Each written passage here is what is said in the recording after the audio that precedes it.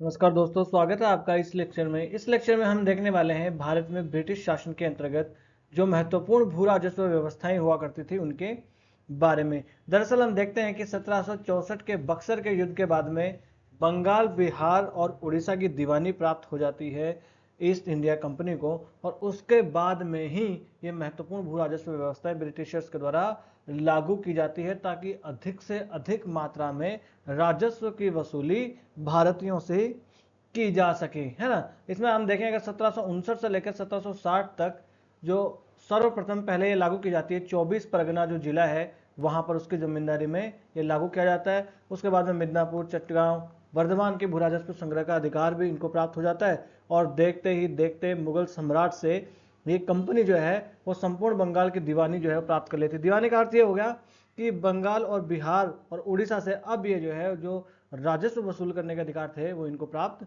हो जाते हैं। और 1765 से लेकर 1793 तक अनेक प्रयोग यहाँ पर किए जाते हैं राजस्व वसूली के लिए, है ना। और भारत में अगर हम देखें तो ब्रिटिश साम्राज्यवाद का विस्तार इस समय होता जा रहा था। यूपीएससी ऑलरेडी मेंस में क्वेश्चन भी पूछ चुकी है कि 18वीं शताब्दी के मध्य में यानी 1750 के आसपास भारत में जो है वो किस प्रकार से अव्यवस्था फैली हुई थी। वो अव्यवस्था इसीलिए फैली हुई थी कि युद्ध पे युद्ध हो रहे थे और जो मुगल साम्राज्य था वो कमजोर होता जा रहा था। अगर हम देखें प्लासी का युद्ध, बंगाल का युद्ध, और अगर देखें हम पानीपत का तृतीय युद्ध, इस प्रकार से युद्ध ही युद्ध हो रहे थे और लूट मार पूरे देश में यहाँ पर मची होती है। और जो ब्रिटिश साम्राज्यवाद था उसका भी यहाँ पर विस्तार और सुदृढ़ीकरण होता रहता है। वो धीरे धीरे जो है वो साम्राज्य को अपना बढ़ाते रहते हैं भारत में। इसके लिए फिर उन्हें सैनिक अधिकारियों को वेतन देना पड़ता है और सैनिक अधिकारियों को वेतन के लिए फिर उन्हें चाहिए राजस्व, और वो राजस्व वसूली के लिए ही फिर ये राजस्व व्यवस्थाएं जो है लागू यहाँ पर की जाती है। राजस्व वसूल करने का या हम देखें राजस्व का मुख्य स्रोत क्या हुआ करता था, तो वो भू राजस्व होता था। उस काल में कोई सर्विस सेक्टर तो हुआ नहीं करता था, तो वो सबका सब हमें भू राजस्व से ही ब्रिटिशर्स को उसकी प्राप्ति होती थी। और 18वीं शताब्दी के उत्तरार्ध में यानी 1750 के बाद हम देखें तो भारत में राजनीतिक अस्थिरता आ गई थी और इससे गांव थे उनके उनके भी सामान्य जीवन पर प्रभाव यहाँ पर पड़ने लगता है। 1765 में बंगाल, बिहार, उड़ीसा की दीवानी प्राप्त हो जाती है बक्सर के युद्ध के बाद में, है ना। और अब राजस्व वसूल करने के लिए दीवान नियुक्त किए जाने लगते हैं कंपनी के द्वारा।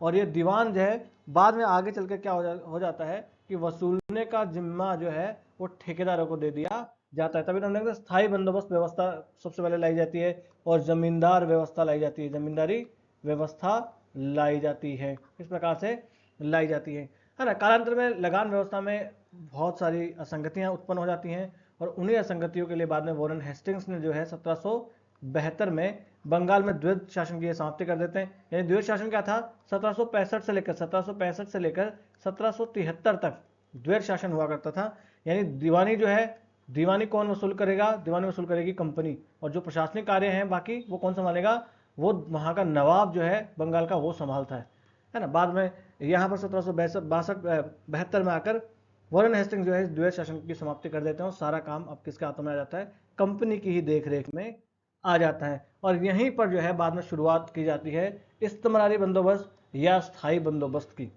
किसकी, इस्तमरारी बंदोबस्त या स्थायी बंदोबस्त की व्यवस्था कर दी जाती है बंगाल में। इससे पहले जमींदारी व्यवस्था होती है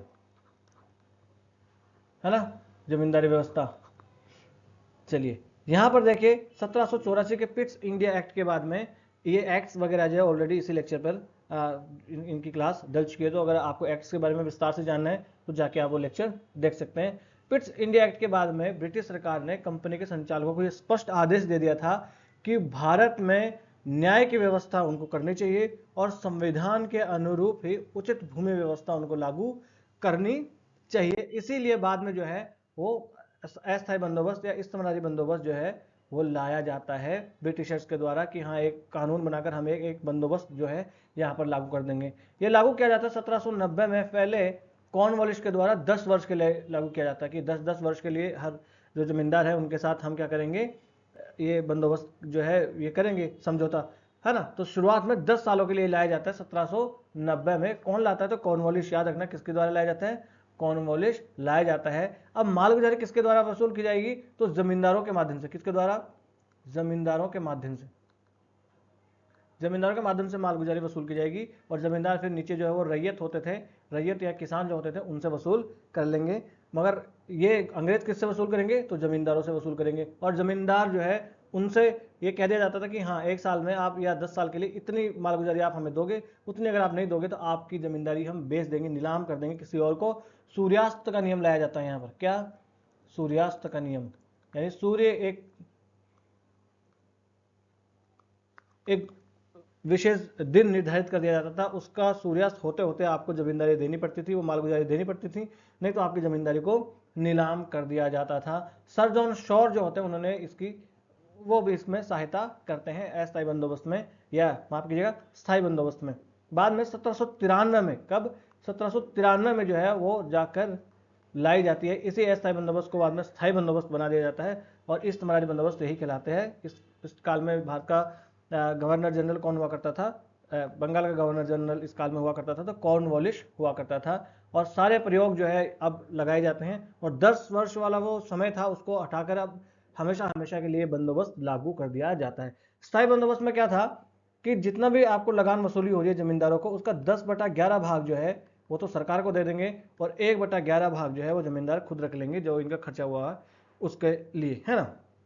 चलिए, इस व्यवस्था की सबसे बड़ी कमी ये थी कि जमींदार जो है वो किसानों से कितना लगान वसूल करेंगे इसका कोई वो निर्धारित नहीं किया गया था। तो जमींदार जितना चाहे उतना किसानों से वसूल कर सकते थे और जमींदार जो है वो अंग्रेजों का जो निर्धारित था वो देने के बाद अपने पास सारा पैसा बचा सकते थे। अंग्रेजों को ये लगा था कि जब हम ऐसा कर देंगे तो जो जमींदार है वो भूमि सुधार करेंगे और हमने तो जो अपना हिस्सा निर्धारित कर दिया, अब जमींदार भूमि सुधार करेंगे और उससे जो अधिशेष उत्पादन होगा वो जो है जमींदार अपने पास रख लेंगे, ये उनको लालच होगा। मगर जमींदारों ने ऐसा किया ही नहीं, जमींदारों ने इसके बजाय ज़्यादा से ज़्यादा वसूलना शुरू किया। इसलिए जो इसमें नुकसान में रहा वो सबसे ज़्यादा नुकसान में रहा आम किसान जो था वो सबसे ज़्यादा नुकसान में रहता है। हालांकि जमींदार जो है वो भी कोई ज़्यादा इसमें फ़ायदे में नहीं रहते हैं, परंतु सबसे ज़्यादा नुकसान में इसमें जो आम किसान होते हैं वो होता है। किसानों का शोषण यहाँ पर बहुत ज़्यादा बढ़ जाता है इस स्थायी बंदोबस्त में। और इसमें देखना बहुत सारे जमींदार वंश जो है वो भी नष्ट हो जाते हैं, हालांकि उनके लिए भी इतना लाभदायक ये नहीं होता, परंतु हाँ जमींदारों के लिए लाभदायक था। जो फिर भी क्योंकि जमींदार जो नीलाम इनकी कर दी जाती थी जमींदारियां, वो वापस अपने जो रिश्तेदार है उनके माध्यम से वापस ये खरीद लिया करते थे। ठीक है, यहाँ पर भूमि सुधार पर जो अंग्रेजों को ये था कि भूमि सुधार पर ध्यान देंगे, भूमि सुधार पर ध्यान यहाँ पर नहीं दिया जाता है और उत्पादन में जो है वो ठीक से वृद्धि जितना सोचा गया था उस हिसाब से वृद्धि नहीं होती है। और यही जो बंगाल में ये जो स्थायी बंदोबस्त लागू किया गया था जमींदारों के साथ में, तो ये जमींदार ही आगे चलकर बाद में हम देखते हैं तो अंग्रेजों के समर्थक बन जाते हैं और 1857 की क्रांति में ये जमींदार जो है साथ देते हैं अंग्रेजों का, क्योंकि जमींदार जो है उनको मालिक बना दिया जाता है। यहाँ पर सारी जो भी संपत्ति थी उसका, जो जमीनें थी उसका, जमींदार चाहे तो किसी किसान को बेदखल भी कर सकते थे। जो वास्तविक इसमें नुकसान में रहा वो था आम किसान या आम रैयत जो हुआ करता था, वो इसमें वास्तविक रूप से नुकसानदेह रहा। ठीक है, उसके बाद में देखिए दूसरी व्यवस्था लाई जाती है रैयतवाड़ी व्यवस्था। कौन सी? ये रैयतवाड़ी व्यवस्था। अब तक जो कुछ अंग्रेज अधिकारी थे उन्हें लगने लगा कि जमींदारों के साथ क्यों ये समझौता हम करें, सीधा किसानों के साथ क्यों ना समझौता करें। ये बिचौलिए जो जमींदार हैं इनको बीच में क्यों इनको जो है ये बीच का खाने दिया जाए, बल्कि सीधा किसानों से हम ये बंदोबस्त करें और सारा पैसा जो है वो हम अपने पास ले लें और ये वसूलने के लिए हम जो है वो मालगुजारी के अधिकारी नियुक्त कर दें। ऐसा ये करने लगते हैं और ये वैसे देखा जाए तो स्कॉटिश ज्ञानोदय की उपज होता है। किसकी? स्कॉटलैंड में जो है जो ज्ञानोदय हुआ था उसकी उपज होती है ये वाली व्यवस्था, रैयतवाड़ी व्यवस्था। और यहाँ पर भूमिदार जो थे, जो काश्तकार थे, वही भूमि के वास्तविक स्वामी बन जाते हैं। अब यहाँ पर जमींदार जो है उनको बीच में नहीं रखा जाता। वास्तविकता में देखें तो ये रैयतवाड़ी व्यवस्था इस प्रकार से साउथ वाले यहाँ पर लागू की गई थी क्षेत्र में, मद्रास वाले क्षेत्र में, बम्बई वाले क्षेत्र में। तो हुआ क्या करता था, यहाँ पर जिस प्रकार से बंगाल में जैसे जमींदार थे वैसे यहाँ पर जमींदार भी नहीं हुआ करते थे। तो एक इनके पास वो भी व्यवस्था समस्या थी अंग्रेजों के पास में कि जमींदारों के साथ करे ही नहीं। फिर जो है ये स्कॉटिश ज्ञानोदय की उपज था कि ये बिचौलिए जो है इनको दूर किया जाना चाहिए। तो अब सीधा का सीधा जो है वो किसके साथ किया जाता है, यहाँ पर समझौता किसानों के साथ यहाँ पर बंदोबस्त किया जाता है ना। यही रैयतवाड़ी व्यवस्था हुआ करती थी। रैयतवाड़ी व्यवस्था में अगर हम देखें तो यहाँ पर किसान निर्धारित लगान जमा नहीं कर पाता था तो उसे भू स्वामित्व से वंचित कर दिया जाता था। और ऐसा करने की वजह से ये भूस्वामी बाद में क्या होते हैं, बेचारे जो किसान होते हैं, आम किसान रैयत जो होते हैं, वो बाद में महाजनों पर निर्भर होने लगते हैं। और हम देखेंगे दक्कन दंगा आयोग, अगर हम देखते हैं जब हम मॉडर्न इंडिया पढ़ते हैं तो दक्कन दंगा आयोग बनता है। और दक्कन दंगा जो इसीलिए हुआ था क्योंकि ये दक्कन वाला क्षेत्र जहाँ यहाँ जो था वहाँ पर महाजनों का जो है ये एक पूरा दुष्चक्र बन जाता है। अंग्रेज जो थे इसमें महत्वपूर्ण भूमिका निभाने वाले वो कैप्टन रीड और थॉमस मुनरो जो है वो हुआ करते थे रैयतवाड़ी व्यवस्था को लागू करने वाले। कैप्टन रीड जो थे, कौन? Captain read. कैप्टन रीड पहले होते हैं जो लागू करने वाले, और वो मद्रास का जो 12 महल जिला था वहां पर ये लागू करते हैं। कौन सा जिला? 12 महल जिले में ये लागू करते हैं। 1820 में रैयतवाड़ी व्यवस्था को फिर मद्रास के और क्षेत्रों में लागू कर दिया जाता है और इसे सुचारू रूप से चलाने के लिए फिर मद्रास का गवर्नर ही बना दिया जाता है मुनरो को। थॉमस मुनरो जो थे उनको फिर मद्रास का गवर्नर ही बना दिया जाता है कि आप मुनरो साहब आप ही देखो इसको यहाँ पर, है ना। फिर ये बाद में 1825 में आगे चलकर बम्बई और बाद में देखें तो 1858 तक आते आते संपूर्ण दक्कन में ये लागू कर दी जाती है रैयतवाड़ी व्यवस्था।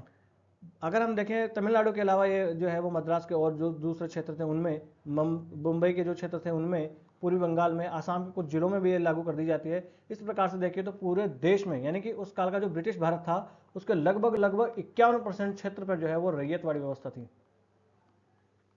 रैयतवाड़ी व्यवस्था। और जो स्थायी बंदोबस्त व्यवस्था थी, स्थायी बंदोबस्त व्यवस्था जो है वो लगभग 19% क्षेत्र जो है उस पर हुआ करती थी उस समय के ब्रिटिश भारत के। चलिए आगे चल लेते हैं। यहां पर देखिए इस व्यवस्था के अंतर्गत भूमि का मालिकाना अधिकार तो दे दिया गया था किसानों को, जो रैयत थे उनको किसानों को दे दिया गया था, है ना। और इसके साथ साथ उनके व्यक्तिगत रूप से मालगुजारी जो है वो भरने की जिम्मेदारी भी अब आ जाती है। अब जमींदारों की ये जिम्मेदारी नहीं है कि उनको मालगुजारी भरनी है या लगान देना है ब्रिटिशर्स को, अब ये जिम्मेदारी सीधे व्यक्तिगत रैयत पर आ जाती है। और इसमें कृषक ही भूस्वामी होता है, हालांकि जो अंतिम भूस्वामी होता है वो तो कंपनी होती है, मगर जो नॉर्मल होता है सामान्यतः वो कृषक को ही भूस्वामी मान लिया जाता है। और वो अपनी उपज का 55 से 33% तक देकर, कभी 55% कभी 33% देकर अपनी जो जमींदारी है या आप कहो कि अपनी काश्तकारी जो है वो बचाए रख सकता था। और यह बहुत ही कठोरता से लागू की जाती थी। हालांकि जब इसको लागू किया गया था तो ये कहा गया था कि ये 30 वर्ष के लिए लागू की जाती है, 30 वर्ष के लिए लागू की जाती है। इसको जब लागू किया गया था तो ये कहा गया था कि पूरा सर्वेक्षण किया जाएगा और सर्वेक्षण के आधार पर ही फिर मालगुजारी जो है वो निर्धारित की जाएगी, परंतु ऐसा नहीं किया गया, कोई सर्वेक्षण वगैरह नहीं किया गया। और अनुमान जो है उन पर ही आधारित होते थे और अनुमानों पर आधारित जो मालगुजारी तय की जाती थी वो बहुत ऊंची दरों पर तय की जाती थी और जो रैयत थे वो नहीं दे पाते थे, इसलिए वो महाजनों पर निर्भर हो जाते थे अपनी जमीन को बचाने के लिए और फिर वो महाजनों के दुष्चक्र में वो फंस जाते हैं। रैयतवाड़ी व्यवस्था के दो उद्देश्य थे। क्या उद्देश्य थे? एक तो भू राजस्व की नियमित वसूली की जा सके और दूसरे रैयतों की स्थिति में सुधार किया जा सके। कौन सा? एक तो भू राजस्व की नियमित वसूली, क्योंकि स्थायी बंदोबस्त में तो स्थायी हो गया था कि इतना ही कर अब अंग्रेज सरकार ले सकती है, परंतु अब देखिए इस काल में इस टाइम में आते आते जब स्थायी ये लागू की गई रैयतवाड़ी व्यवस्था, तो हम देखें तो भारत के दक्षिण वाले क्षेत्रों में जो है कंपनी जो है और बहुत सारे राज्यों को जीत रही होती है, उसके लिए कंपनी को पैसों की आवश्यकता होती है। तो पैसे अब कहाँ से आएंगे? स्थायी बंदोबस्त में तो ऑलरेडी स्थायी हो चुका है कि इतने ही पैसे देंगे, तो वो लेते हैं यहाँ पर रैयतवाड़ी व्यवस्था से ही उनको पैसों की प्राप्ति होती है। तो यहाँ पर क्या था, एक तो नियमित वसूली होती रहे और दूसरे रैयतों की स्थिति में सुधार हो सके। तो देखिए रैयतों की स्थिति में तो सुधार हुआ नहीं क्योंकि ये तो महाजनों के चंगुल में फंस गए, है ना, क्योंकि अनुमानों पर आधारित जो है वो बहुत ऊपर निर्धारित कर दिया जाता था। परंतु यहाँ पर राजस्व की नियमित वसूली जरूर मिलने लग जाती है अंग्रेजों को, है ना। इसके बाद में देखें तो विंगर और गोल्ड स्मिथ जो है वो आगे चलकर रैयतवाड़ी व्यवस्था में कुछ और भी सुधार करते हैं जिससे थोड़ा सा फायदा होता है, ठीक है। उसके बाद में तीसरी प्रकार की व्यवस्था आती है, वो होती है महालवाड़ी व्यवस्था। क्या? महालवाड़ी व्यवस्था। कुछ ब्रिटिशर्स अधिकारी जो थे उनका ये मानना था कि परंपरागत रूप से भारत में जो है पूरा महाल या ग्राम समुदाय जो है वो भूमि का मालिक हुआ करता था, तो ये बंदोबस्त भी हम सीधा भूमि के मालिक यानी ग्राम समुदाय के साथ ही करना चाहिए हमें, ना कि किसी जमींदार या व्यक्तिगत काश्तकार के साथ। तो अब ये महालवाड़ी व्यवस्था लागू की जाती है गंगा और यमुना का जो मध्यवर्ती क्षेत्र होता है उसमें, पंजाब वाला जो क्षेत्र होता है इसमें, क्योंकि ब्रिटिश अब धीरे धीरे देखें हम तो उत्तर पश्चिमोत्तर भारत में जीत हासिल करते जाते हैं, तो अब यहां पर लागू की जाती है महालवाड़ी व्यवस्था, है ना। देखें तो उत्तर प्रदेश के पश्चिमी भागों में ये लागू की जाती है ना, इन क्षेत्रों में या पंजाब वाले क्षेत्रों में ये महालवाड़ी व्यवस्था यहाँ पर लागू की जाती है। अब ये जो इकरारनामे किए जाते हैं वो पूरे महाल के साथ किए जाते हैं या महल के साथ। तो ये महाल कौन होते हैं, पूरा ग्राम समुदाय जो है उसके साथ किए जाते थे, यानी पूरे अब ग्राम के मुखिया की जिम्मेदारी थी, ये पूरे गांव समुदाय की जिम्मेदारी थी कि एक निश्चित मात्रा में जो है वो कर या राजस्व जो है वो मिलता रहे, भू राजस्व अंग्रेजों को। ठीक है, हॉल्ट मैकेंजी जो है उसको इसका जनक माना जाता है। किसको? हॉल्ट मैकेंजी को इसका जनक माना जाता है। स्थायी बंदोबस्त का किसको माना जाता है? कॉर्नवालिस को माना जाता है। और टॉमस मुनरो और कर्नल रीड जो है उनको माना जाता है रैयतवाड़ी व्यवस्था का, है ना। और यहाँ पर देखें तो 1822 में फिर कानूनी रूप से इसको लागू कर दिया जाता है और इसका राजस्व का निर्धारण जो है पूरे के पूरे महल या समूचे ग्राम समुदाय जो है उस पर ही होता था कि वो पूरा अब जो है वो राजस्व की जो है वो भुगतान, राजस्व का भुगतान करेंगे अंग्रेजों को। ठीक है, उसके बाद में अगर हम आगे आ जाएं तो महालवाड़ी व्यवस्था ब्रिटिश भारत के कुल क्षेत्र के लगभग 30% क्षेत्र पे हुआ करते थे। तो देखिए स्थायी बंदोबस्त कितने प्रतिशत क्षेत्र पे थी? लगभग 19% क्षेत्र पर। रैयतवाड़ी व्यवस्था कितने पर? लगभग 51% क्षेत्र पर। और महालवाड़ी व्यवस्था कितने पर? लगभग अगर हम देखें तो 30% क्षेत्र पर व्यवस्था हुआ करती थी। तो सबसे अधिक कौन सी थी? रैयतवाड़ी व्यवस्था लागू की गई थी, है ना। अगर ये कौन से में क्षेत्रों में थी तो उत्तर भारत का जो संयुक्त प्रांत है, यानी कि आप आज का उत्तर प्रदेश, आगरा, अवध प्रांत और पंजाब के कुछ हिस्सों में ये लागू की जाती है। महालवाड़ी व्यवस्था भी पूरी तरीके से असफल साबित हो जाती है क्योंकि लगान का अनुमान जो निर्धारण था वो अनुमानों पर आधारित होता है। यहाँ पर भी बात ये थी पहले कि ये जो है पूरा सर्वेक्षण किया जाएगा जमीन का और सर्वेक्षण के आधार पर लगान जो है या राजस्व है उसका निर्धारण किया जाएगा, परंतु ब्रिटिश अधिकारियों के द्वारा ऐसा नहीं किया जाता है और जो निर्धारण होता है राजस्व का वो अनुमानों पर आधारित होता है और इसके माध्यम से क्या होता है कि वो बहुत ऊंची दरों पर निर्धारित किया जाता है, जिससे किसान जो है वो आम काश्तकार जो है वो उनको चुकाने में असफल हो जाते हैं, है ना। और इन विसंगतियों का लाभ उठाकर जो कंपनी के अधिकारी थे वो भी जेबें भरने लग जाते हैं और वास्तविक जो था वो ब्रिटिश कंपनी तक भी नहीं पहुंच पा रहा था और साथ ही साथ जो ज़्यादा शोषण हो रहा था वो हो रहा था काश्तकारों तक। काश्तकारों का ज़्यादा शोषण इसमें होता जा रहा था। सामाजिक दृष्टि से देखें तो इसके बड़े ही विनाशकारी प्रभाव होते हैं और आर्थिक दृष्टि से भी ये महालवाड़ी व्यवस्था विफल साबित हो जाती है।